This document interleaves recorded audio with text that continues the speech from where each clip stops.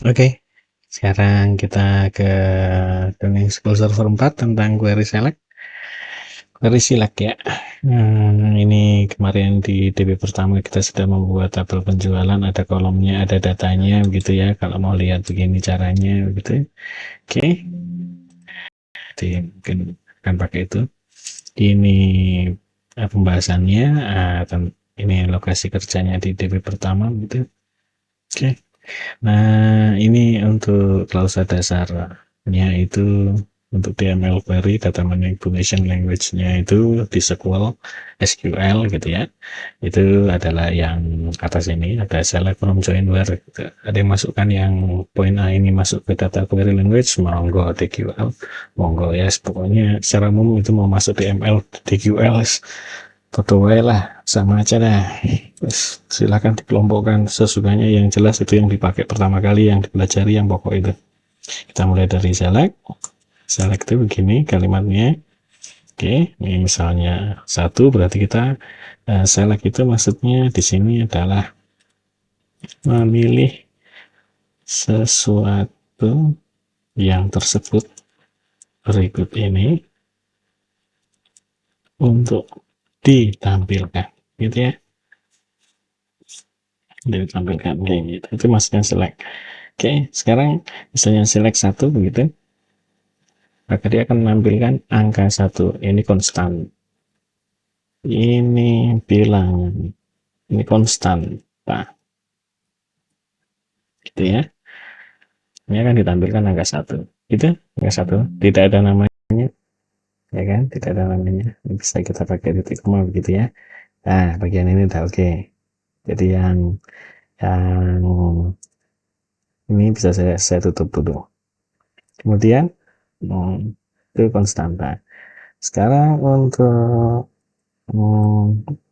memberi nama kolom alias, oke. Ini select 1S angka, misalnya bilangan bulat gitu ya. Ini bisa begini, oke, bilangan bulat, oke. Atau bilangan pecahan aja deh. Pecahan sama dengan 1,1 gitu ya. Ini, oke ya. Nah, sekarang saya jelaskan. Yang ini, yang pakai S di belakang, ini standar ANSI SQL. Oke, jadi artinya MS SQL Server menggunakan standar ANSI SQL. Itu ya. Yang kedua ini aksen atau ekstensi T SQL. Ini khusus di MS SQL Server sebagai extension dari ANSI SQL agar menjadi bahasa prosedural gitu ya.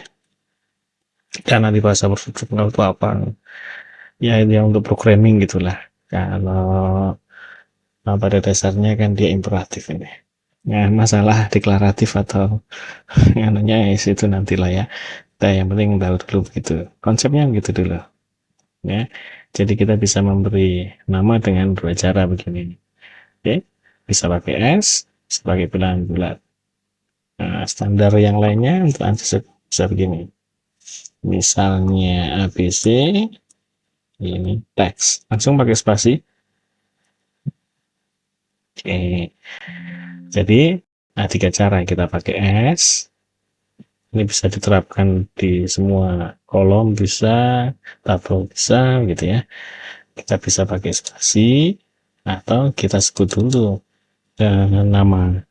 namanya baru sama dengan, nah khusus yang ini, yang ini nih hanya berlaku untuk di kolom. Oke. untuk kolom saja, gitu ya. Ceritanya begitu ya. Oke. Nah, yang ini bagian ini berarti sudah. Ini gampang dong. Jadi belajar belajar query itu enggak susah kok. Berikutnya, yang dasar berikutnya, kita memberi nama yang agak variatif. Ini S, pakai S ya, supaya kelihatan standar banget. S angka 1. Oke. Ingat karena di sana ada spasinya, maka saya pakai tanda kurung siku.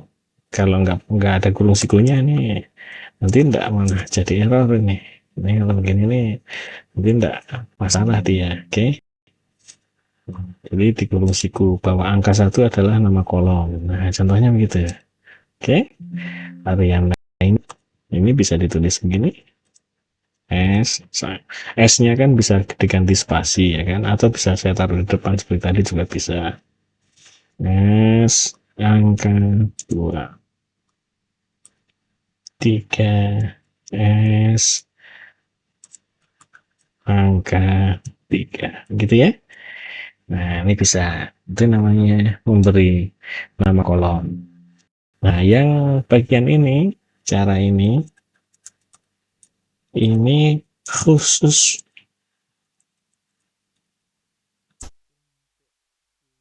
yang akan ditampilkan query akhir yang akan ditampilkan, ya. Karena kalau itu masih di dalam query proses, kita bisa kena masalah itu. Kita pakai hasil query itu untuk query berikutnya, kita akan sibuk dengan tanda petik dan tanda macam-macamnya tadi. Oke. Jadi memberi nama kolom alias ada 2 query contoh. Oke. Berikutnya saya pakai aksennya scroll saja supaya lebih enak. Ini adalah bilangan bulat, yang ini adalah pecahan, gitu ya. Yang ini adalah 2023, gini, 1 2 3 dulu, teks. Yang ini adalah teks angka, oke.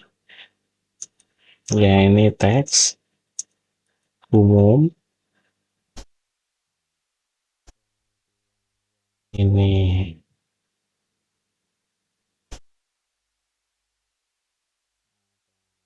teks date, teks angka date. Maksudnya itu dia tipenya sebagai teks, dia juga bisa jadi angka, dia juga bisa jadi date. Oke, jadi input date bisa begitu ya. Saya taruh bawah. Oke. Sama ini. Kalau yang ini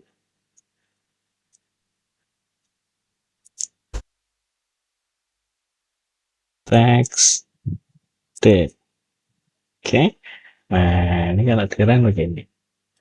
Jadi begitu untuk inputkan secara langsung begini di SQL Server harus dalam bentuk data tipe teks ya, string. Itu ya, harus ada tanda petiknya begitu. Oke. Text date gitu ya. Jadi, dari ini format universal, tapi kalau ada time-nya.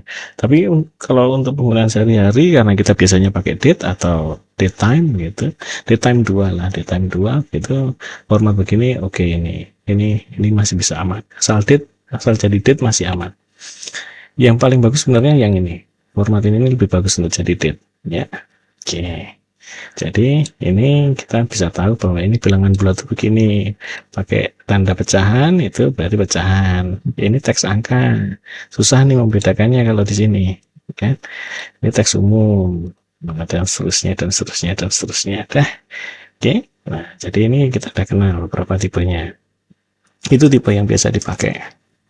Oke, jadi saya bisa nulis di sini tipe data jenis ya. Nah ya, tipe data dasar lah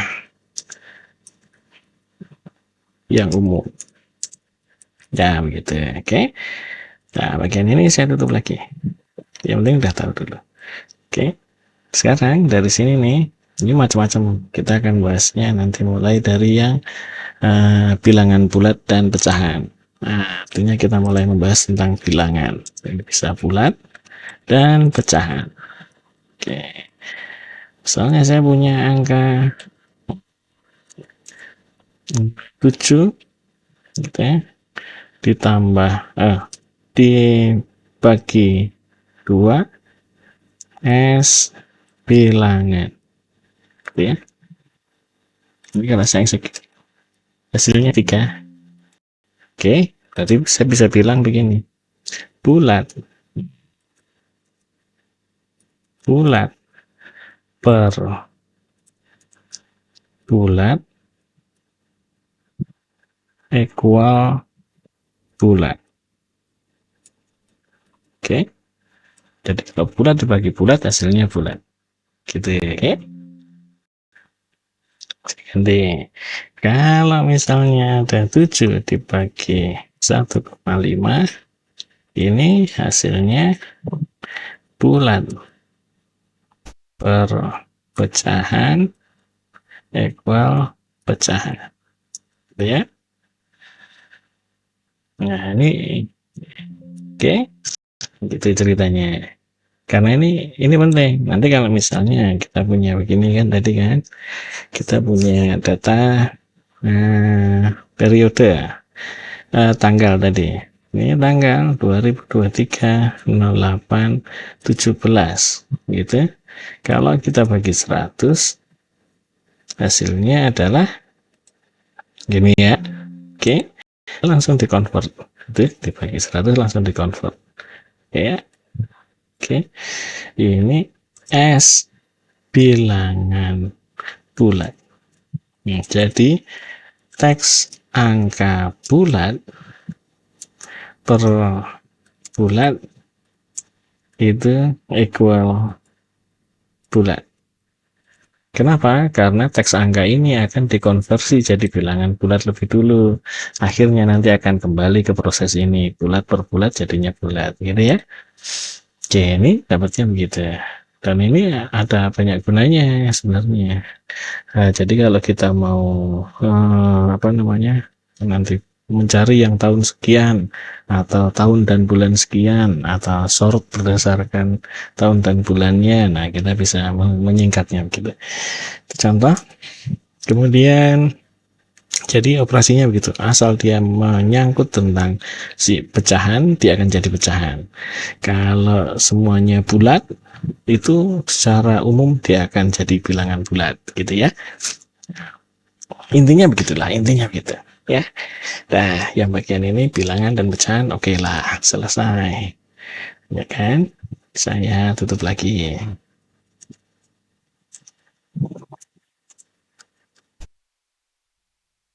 Oke, sekarang kalau saya punya angka, punya teks angka, begini, teks angka, ya kan? Dan saya punya ABC. Ini teks umum. Gitu. Kalau saya gabungkan,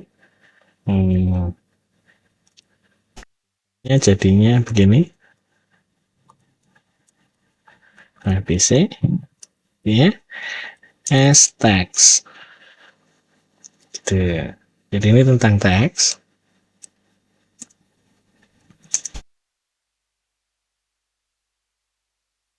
Good. Dan ini teks kalau digabungkan gitu. Oke. Lagi di bawahnya, kalau saya punya angka, saya tambahkan dengan 0. Saya punya, ya saya tambahkan dengan 0, maka ini jadinya bilangan bulat. Oke, Kan 1, 2, 3-nya akan dioperasikan dengan bilangan, maka dia akan diubah, teksnya akan diubah menjadi bertipe bilangan dulu. Nih, saya ganti 1 supaya nanti jadi 124. Oke, ini bukan terus 1, 2, 3, 1. Tapi kalau saya punya angka ditambah dengan 0 gini, ini S teks angka 1, 2, 3, 0 gitu. Oke, itu ceritanya. Oke ya, sampai di situ. Nah, ini teks ini namanya concat, bacanya namanya apa? Concat ya. Concat lah gitulah. Tapi saya lebih suka pakai plus gitu ya. Oke. Kemudian apalagi? Sama ya, untuk operasi bilangan matematis itu tetap ngikutin kaidahnya, itu ada mulai dari perkalian, pembagian, terus seterusnya gitu ya. Nah, itu yang pokok-pokok dasar. Kita masih belum belajar operasi kegiatannya yang rumit-rumit. Kita kenal dulu karakteristiknya. Oh, ada bilangan bulat dengan bilangan bulat, hasilnya bulat gitu dulu deh. Oke. Nah, yang teks begitu. Sekarang masalahnya, ada yang teks itu dia bentuknya berupa format tanggal. Nah, jadi kalau dia berformat tanggal, misalnya tadi 2023 0817 gitu ya, misalnya begini, X tanggal 1, kemudian kita punya 2023 0817, ini S tanggal 2 gitu. Ini statusnya sampai saat ini dia teks, ya kan? Kalau langsung ini si tanggal 1 saya tambahkan dengan angka 1, ya dia jadi 18 gitu kan. Gini, ini jadi 18.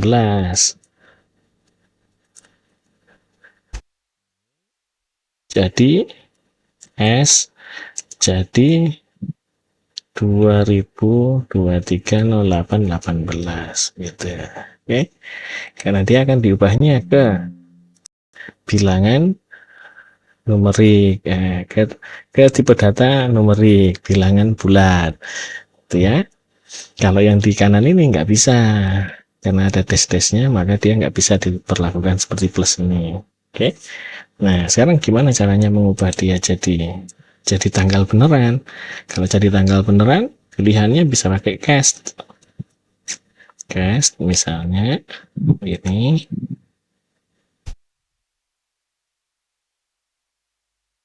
S date gitu, maka ini S tanggal. Saya ganti ya di sini. Ini jadi teks tanggal, yang ini jadi teks tanggal, yang ini jadi angka,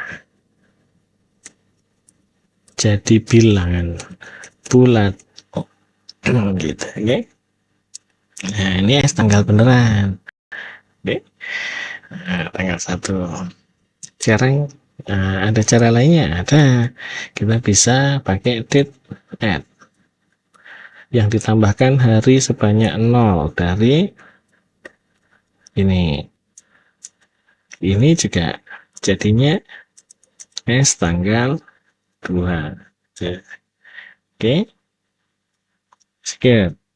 Nah, tapi dia langsung ada ini di sana. Oke ya.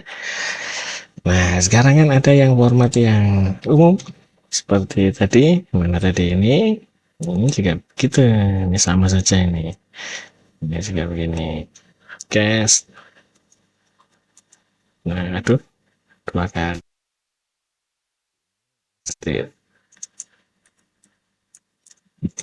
S tanggal 3 gitu.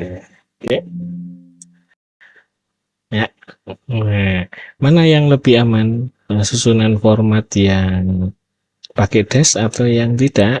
Yang paling aman itu sebenarnya yang tidak pakai dash, tapi dia resikonya dia terlalu rentan ketika kena perhitungan matematis gitu ya, karena dia pasti akan dikonvert jadi tipe numerik. Oke, kalau yang ini aman dari konversi implisit jadi bilangan atau jadi tipe numerik, aman, itu nggak mungkin, ya kan, nggak mungkin. Tetapi uh, dia regional settingnya juga harus yang memang susunan dasarnya adalah YMD, kecuali kalau kita sertakan jamnya, ya, jamnya di sini disertakan walaupun jam 00 begitu. Nah, ini baru beneran aman. Nah, kalau begini aman gitu ya. Oke. Nah, kira-kira pembahasannya yang selek-selek begitu. Ini tentang text date. Itu time formatnya jelas itu. Itu time itu ya begitu juga, sama pakai teks itu ya. Nah, sekarang kalau kita punya satu konstan, kita mau ngambil data dari penjualan. Select from. Kita sebut nama tabelnya gitu. Nah, kita pilih kolomnya. Ini kolomnya saya isi satu. Berarti dia hanya akan nampilin angka satu terus, tapi sejumlah barisnya si tabel penjualan, gitu ya. Ini S bilangan. Jadi konstantanya akan ditempelkan ke semua. Oke. Sekarang tambahin kolom. Itu kolom dipasang urut. Bisa gini.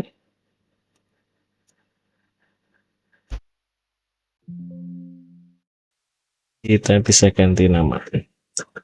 S nama toko. Gitu.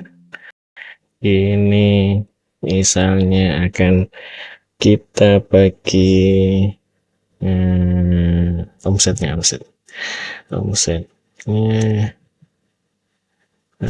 misalnya apa ya, apalagi ya, ya sudah itu dulu deh, sampai segitu dulu.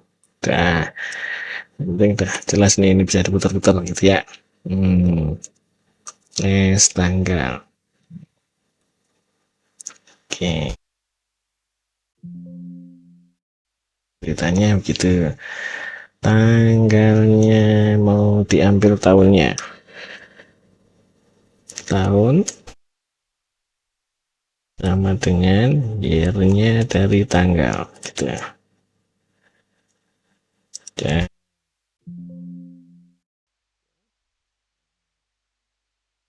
sekarang begini.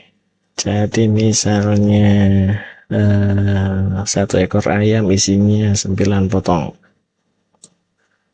koma pieces ayam sama dengan 9 dikalikan ekor ayam, gitu ya. Nah, ini nanti dia akan nambah di tengah tuh. Oke, gitu ya. Nah, sekarang berarti yang laku adalah jumlah pieces ekor dikurangi sisa. Ini saya pindah ke belakang deh, omsetnya biar di belakang. Nah, saya hitung piecesnya di belakang sana. Ini ada pieces, ini ada sisa, gitu. Oke, sekut. Nah, kemudian di sini pieces laku itu sama dengan 9 kali ekor ayam dikurangi pieces sisa. Ini error karena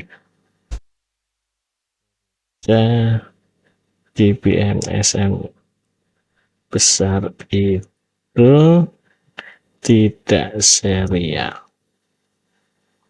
Oke, gitu ya.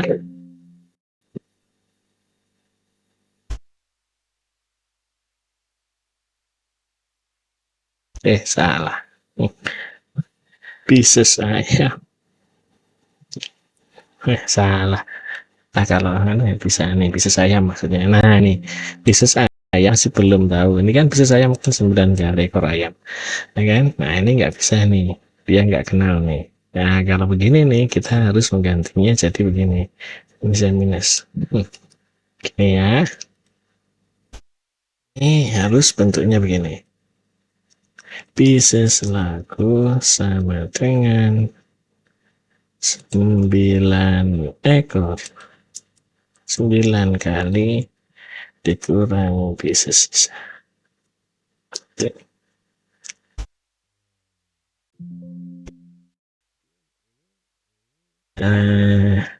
Bisnis ayam ini dikerjakan bersamaan dengan bisnis laku. Sekali database-nya ngambil ekor ayam, dia langsung pasang untuk mengerjakan bisnis ayam dan bisnis laku. Bukan terus dia ngambil ekor ayamnya 2 kali, satu untuk bisnis ayam, satu untuk bisnis laku, enggak gitu. Oke. Kalau andai kata baris yang di atas ini bisa dikerjakan, artinya bisnis laku baru dikerjakan setelah bisnis ayamnya selesai. Itu akan lama prosesnya. Jadi proses ini akan dikerjakan bareng. Satu prosesor mengerjakan yang bisnis ayam, satu proses mengerjakan yang bisnis laku, gitulah. Oke. Kalau yang ini serial. Ini bisnis ayam selesai dulu baru bisa mengerjakan bisnis laku. Enggak gitu. Di PMS kayak SQL Server, Oracle itu enggak begitu caranya. Memang jadi aneh kalau di sini formulanya panjang banget, ya kita harus mengulangi di sini dan dikiranya itu dikerjakan 2 kali. Enggak juga, enggak begitu dia caranya semua. Dia nggak ngambil 2 kali ini data ini ya. Saya sekali ngambil langsung dipasang kedua itu begitu. Oke, ceritanya gitu. Nah, tuh sampai di situ sudah sampai select from. Nah, select from yang sederhana. Nah, ini bisa dikasih nama es jual, gitu ya. Kalau ini saya kasih nama jual, maka yang di sini ini gerai yang tidak ada nama depannya itu pasti dia ngambil dari jual, gitu ya. Tapi kalau ini harusnya nulisnya lengkapnya, nama lengkapnya jadi begitu. Nah, dia akan keluar nih pilihannya. Jadi ekor ayamnya siapa? Ekor ayamnya jual, gitu ya. Ekor ayam yang diambil dari jual, gitu. Jadi kalau kita sudah bekerja dengan banyak tabel, nanti nama alias dari tabel ini akan menyingkat kerja kita. Jadi kita nggak usah nulis titik-titik penjualan gitu ya, karena nanti bacanya ruwet sekali. Nah, kira-kira begitu. Sampai di situ dulu. Nanti kita lanjutkan dengan yang klausanya yang lebih banyak di dalamnya. Ada case when, ada macam-macam gitu ya, baru kita ke where. Sama where. Oke, see you. Ya kan, benar ya. Perlu diulang lagi nggak usah lah. Udah lah, itu udah pada bisa lah. Kayaknya sih udah pada bisa, nggak usah diulang lagi.